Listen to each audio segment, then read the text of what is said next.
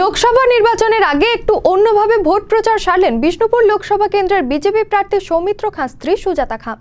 শুক্রবার কতুলপুরের নেতাজি মোড়ে অ্যাম্বুলেন্সে সৌমিত্র খাঁর নামের উপরে সেলোটেপ দিয়ে ঢেকে দেওয়া অংশ খুলে ফেলেন সুজাতা দেবী। পাশাপাশি ব্যস্ততম রাস্তায় শাসক দলের বিরুদ্ধে একের পর এক তোপ দাগেন প্রার্থীর স্ত্রী। তার এই কর্মকাণ্ডকে ঘিরে বিভিন্ন মহলে একাধিক প্রশ্ন উঠতে শুরু করেছে বলে খবর।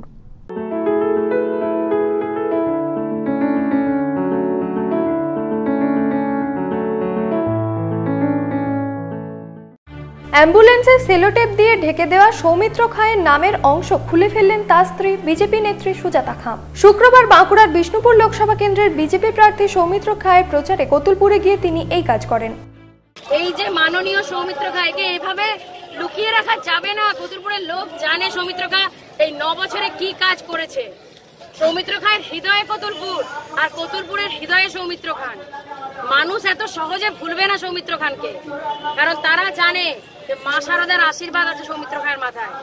দেখুন আপনারা চোখের সামনে প্রমাণ, প্রত্যেকটা উন্নয়ন তার চিটিয়ে, কাগজ চিটিয়ে, আঠা চিটিয়ে আটকে রেখে দিচ্ছে। এভাবে কি করা যায়?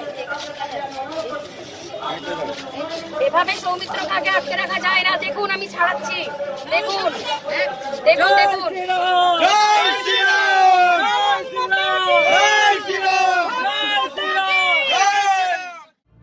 উল্লেখ্য 2011 সালে কংগ্রেসের টিকিটে কতুলপুর বিধানসভা থেকে বিধায়ক নির্বাচিত হন সৌমিত্র খাঁ। পরে তিনি 2014 সালে দল বদল করে শাসক শিবিরে যোগ দিয়ে ওই বছর বিষ্ণুপুর লোকসভা কেন্দ্র থেকে তৃণমূলের হয়ে প্রতিদ্বন্দ্বিতা করে সাংসদ নির্বাচিত হন। পরে 2019-এ ফের তিনি দল বদল করে বিজেপিতে যোগ দেন। এবার ওই দলের হয়ে বিষ্ণুপুর লোকসভা কেন্দ্রে প্রতিদ্বন্দ্বিতা করছেন। কিন্তু বিজেপি প্রার্থী আদালতের নিষেধাজ্ঞার জেরে বাঁকুড়ায় ঢোকার অনুমতি না পাওয়ায় তার স্ত্রী সুজাতা খাঁ এলাকায় প্রচার চালাচ্ছেন। এই পরিস্থিতিতে কতুলপুর এলাকায় প্রচারের মাঝেই ওই অ্যাম্বুলেন্সে সৌমিত্র খাঁয়ের নাম ঢেকে দেওয়া হয়েছে নজরে আসতেই সুজাতা খাঁ তা খুলে ফেলেন।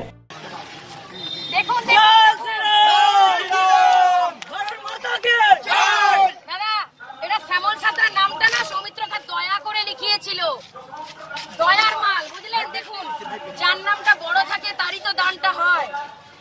এখানকার প্রার্থীকে, তৃণমূল কংগ্রেসের প্রার্থীকে সৌমিত্র খাঁ দয়ার দান দিয়েছিল যে তোর নামটা থাকুক, তবে আমার নামটা দেখলে মানুষ তোকে ভোট দেবে, নইলে তোকে দেবে না। আর সেটার প্রমাণ দেখুন, উদ্বোধক মাননীয় সৌমিত্র খাঁ সাংসদ বিষ্ণুপুর, তার নিচে ছোট্ট করে জায়গা দিয়েছে। প্রমাণটা দেখুন, আর চোখের সামনে দেখিয়ে দিলাম।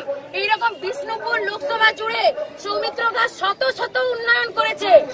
মোবাইল টয়লেটের এরকম চিটিয়ে দিয়েছে, মোবাইল টয়লেটে এরকম আঠা চিটিয়ে, সাদা আঠা চিটিয়ে রেখেছে। আজকে আপনাদের সংবাদ বন্ধুদেরকে বলি, সমস্ত আমার ভাইদেরকে বলি, দেখুন দেখুন মাননীয় সৌমিত্র খাঁর নামটা এইভাবে আটকে রাখা হয়েছিল। আপনারা জবাব দিন, 12ই মে ভোট বাক্সে জবাব দিন। উল্লেখ্য সৌমিত্র খাঁ বিধায়ক থাকাকালীন তার এলাকা উন্নয়ন তহবিল থেকে নেতাজি মোড় রুরাল সেবা কেন্দ্রকে এই অ্যাম্বুলেন্সটি দেন। সুজাতা খাঁ এদিন ঘটনায় সরাসরি তৃণমূলের দিকে অভিযোগের আঙুল তুলে বলেন, প্রতিহিংসা পরায়ণ বশত এই কাজ করা হয়েছে।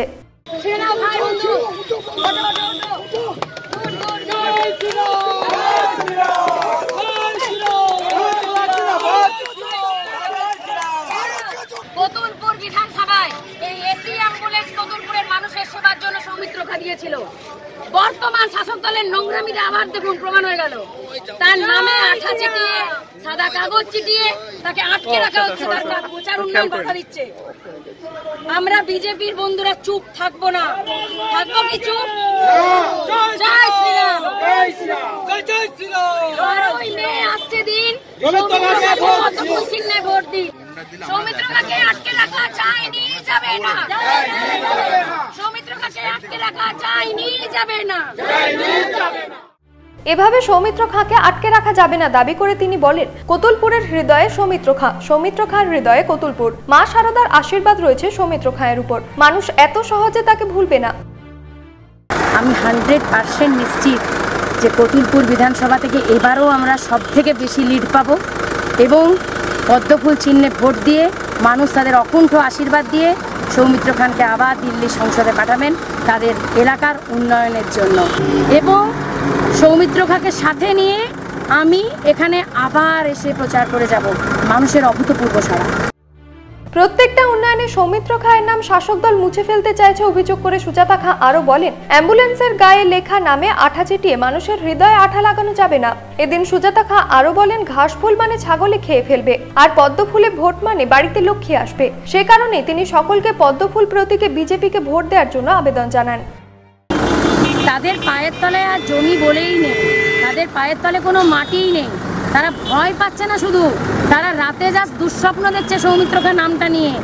ওরা ভাবছে যে বিজেপি জুজু তো আছেই, আর সৌমিত্র খান তো আমাদের দল থেকেই গেছে।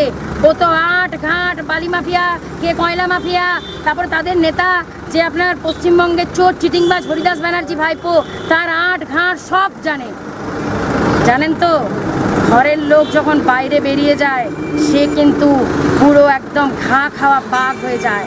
আর সৌমিত্র খাঁ যে কী পরিমাণ ছোবল দেবে সেটা জেরায় ঢুকলেই মানুষ বুঝতে পারবে। সেই জন্য ভয় পেয়ে তাকে তৃণমূলীরা সন্ত্রাস শুরু করেছে। আমি 1000% নিশ্চিত যে 23শে মে সৌমিত্র খান জিতছে, বিষ্ণুপুরের বিজেপি প্রার্থী সৌমিত্র খান জিতছে। মোদিজিকে আমরা 23শে মে এই উপহারটা দিল্লিতে যে দেব, সৌমিত্র খাঁ প্রার্থীকে আমরা মোদিজির হাতে উপহার দেব। যে জয়ের ব্যাপারে আমরা এতটাই নিশ্চিত যে জয়ের অপোজিট যে শব্দটা হয় পরাজয়, সেটা আমাদের অভিধানেই নেই। বিজেপি প্রার্থী সৌমিত্র খাঁ স্ত্রী সুজাতা খাঁর প্রচার সম্পর্কে বিষ্ণুপুর লোকসভা তৃণমূল প্রার্থী শ্যামল সাঁতরার প্রতিক্রিয়া কি শুনে নেব। নির্বাচনে প্রচার করতে হয়, নেমে পড়েছে। নির্বাচন কমিশনের কি নিয়ম কানুন আছে সেটা তো তার জানা দরকার। সুতরাং তার মাথায় তো ঘুরছে যে তৃণমূল কংগ্রেসকে কিভাবে কুৎসার অপপ্রচারে নিয়ে আসা যায়। এটা যে তৃণমূল কংগ্রেসের কেউ করতে পারে না, সেটা যদি ওনার বোধ বুদ্ধি থাকতো তাহলে উনি এই ধরনের চিৎকার করে চেঁচামেচি করে লোকজন ডেকে উন্নয়নের কথা বলতো না। ওই অ্যাম্বুলেন্সে আমারও নাম ছিল, তাহলে সেই নামও ডাকা আছে। সুতরাং স্বাভাবিকভাবে এই ধরনের একটা কি বলবো ক্রিয়েট করা কোনো মানেই হয় না। সুতরাং এটা নির্বাচন কমিশনের এখতিয়ারের মধ্যে আমারও অনেক কাজ রয়েছে কতুলপুর বিধানসভার বিভিন্ন প্রান্তে, সেগুলো সবই তারা কিন্তু ঢেকে রেখেছে। সুতরাং স্বাভাবিক এটা। সুতরাং এটা যেটা করেছে একটা বাড়তি নিজের যে প্রচারের আলোয় আসার জন্য, মানুষের সহানুভূতি পাওয়ার জন্য এই ধরনের কাজ কিন্তু উনি করেছেন। তো এটা মানুষ কিন্তু গ্রহণ এটা আমি মনে করি যে এটা নির্বাচন কমিশনের বহির্ভূত কাজ তিনি কিন্তু করেছেন। সৌমিত্র খাঁ স্ত্রী সুজাতা খাঁর এদিনের এই কর্মকাণ্ডকে ঘিরে নির্বাচনী বিধিভঙ্গের অভিযোগ তুলেছেন বিরোধীরা। বিরোধীদের তোলা এই অভিযোগের ভিত্তিতে বিষ্ণুপুরের মহকুমা শাসক কি বলছেন শুনে নেব। যেহেতু এমসিসি চলছে সেহেতু নিয়ম অনুযায়ী অ্যাম্বুলেন্সের নামগুলো আমরা ডেকে দেওয়া হয়, সেইভাবে সরকারিভাবে ডেকে দেওয়া ছিল। এবং পরবর্তীকালে যদি আমরা বিডিও সাহেবকে বলেছি এনকোয়ারি করে জানতে, রিপোর্ট দিতে, যদি দেখা যায় তিনি এই কাজটি করে থাকেন তাহলে আমরা এমসিসি ভায়োলেশনের যা অ্যাকশন সেই হিসেবে আমরা নিতে বাধ্য হব। শুনলাম যে অ্যাম্বুলেন্সে যেটা আমরা নাম থাকে সেটা নাম ঢাকা থাকে, যেহেতু এখন ইলেকশনের কাজ চলছে তিনি হয়তো শুনলাম যে তিনি নামটা যেটা ঢাকা দেওয়া আছে সেটা তুলে দিয়েছেন, তুলে সেটা নিয়ে প্রচারের কোনো কিছু ব্যবহার করছেন। সেটা আমরা দেখে নিচ্ছি, এনকোয়ারি হোক, তারপরে আমরা সেটা ব্যবস্থা নেব।